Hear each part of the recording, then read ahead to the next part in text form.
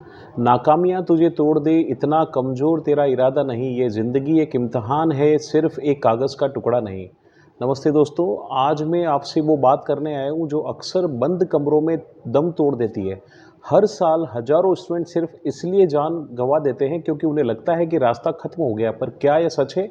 आज हम बात करेंगे उस अंधेरे की और उससे बाहर निकलने की रोशनी की। एक स्टोरी मैं आपसे शेयर करता हूँ। आर्यन एक बहुत ही होनहार स्टूडेंट था। उसने दिन-रात एक कर दिए एक बड़े एंट्रेंस एग्ज़ाम के लिए, लेकिन जब रिज़ल्ट आया तो उसके मार्क्स उम्मीद से बहुत कम थे। उसे लगा उसके माता-पिता का सिर झुक गया है और उसके दोस्त आगे निकल गए हैं और उसका करियर जो है वो ख़त्म हो गया है। एक रात जब वो अपनी लाइफ़ ख़त्म करने के बारे में सोच रहा था तो उसकी नज़र उस अपनी पुरानी साइकिल पर पड़ी। उसे याद आया कि जब वो छोटा था, तो वो इसे चलाने में 100 बार गिरा था। उसे चोट लगी पर तब उसने हार नहीं मानी थी। उसे एहसास हुआ कि एग्ज़ाम में फ़ेल होना ज़िंदगी में फ़ेल होना नहीं है। वो कमरे से बाहर निकला, अपने पिता के पास गया और बस इतना कहा, "पापा, मैं हार गया हूँ और मुझे बहुत डर लग रहा है।" उसके पिता ने उसे गले लगाया और कहा, "बेटा, तू ज़िंदा है तो हम सब जीत जाएँगे।" बस उस एक बातचीत ने एक घर का चिराग बुझने से बचा लिया। दोस्तों, हम यहाँ तक पहुँचते ही क्यों हैं? सबसे पहला पार्ट है एकेडमिक प्रेशर। सबको 95% चाहिए वो वाली होड़ है। दूसरा है फ़ियर ऑफ जजमेंट, लोग क्या कहेंगे, ये सबसे बड़ा डर है। तीसरा आइसोलेशन या अकेलापन, मोबाइल पर 500 दोस्त पर दिल की बात कहने के लिए एक भी नहीं। और चौथा है कंपैरिजन, सोशल मीडिया पर दूसरों की परफेक्ट लाइफ देखकर खुद को कमतर समझना।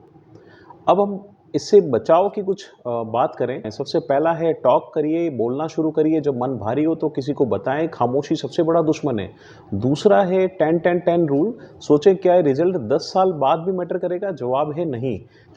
तीसरा, याद रखिए failure is an event not a person. आप फेल हुए हैं, आप फेल नहीं हैं, फ़र्क समझिए।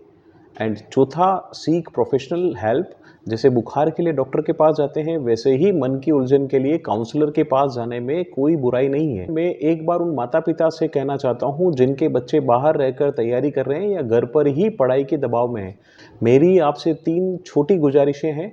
सबसे पहला, मार्क्स से पहले मन पूछें। जब भी फ़ोन करें तो ये नहीं पूछें कि टेस्ट में कितने नंबर आए, बल्कि ये पूछें कि बेटा आज तू खुश है या नहीं? कोई परेशानी तो नहीं है? दूसरा, उन्हें फेलियर का डर न दिखाएँ, उन्हें यह भरोसा दिलाएँ कि अगर सिलेक्शन नहीं भी हुआ तो भी दुनिया खत्म नहीं होगी। आपके लिए उनकी जान एक आईआईटी या एमबीबीएस की सीट से कहीं ज़्यादा कीमती है। और तीसरा, खामोशी को पहचानें। अगर आपका बच्चा अचानक कम बात करने लगे, चिड़चिड़ा हो जाए या फ़ोन उठाना कम कर दे तो उसे डाँटें नहीं, बल्कि उसके पास जाएँ। उसे आपकी डाँट की नहीं, आपके साथ की ज़रूरत है। याद रखिए, बच्चे के हाथ में डिग्री हो या न हो, उसका हाथ आपके हाथ में होना चाहिए। ये जय हिंद।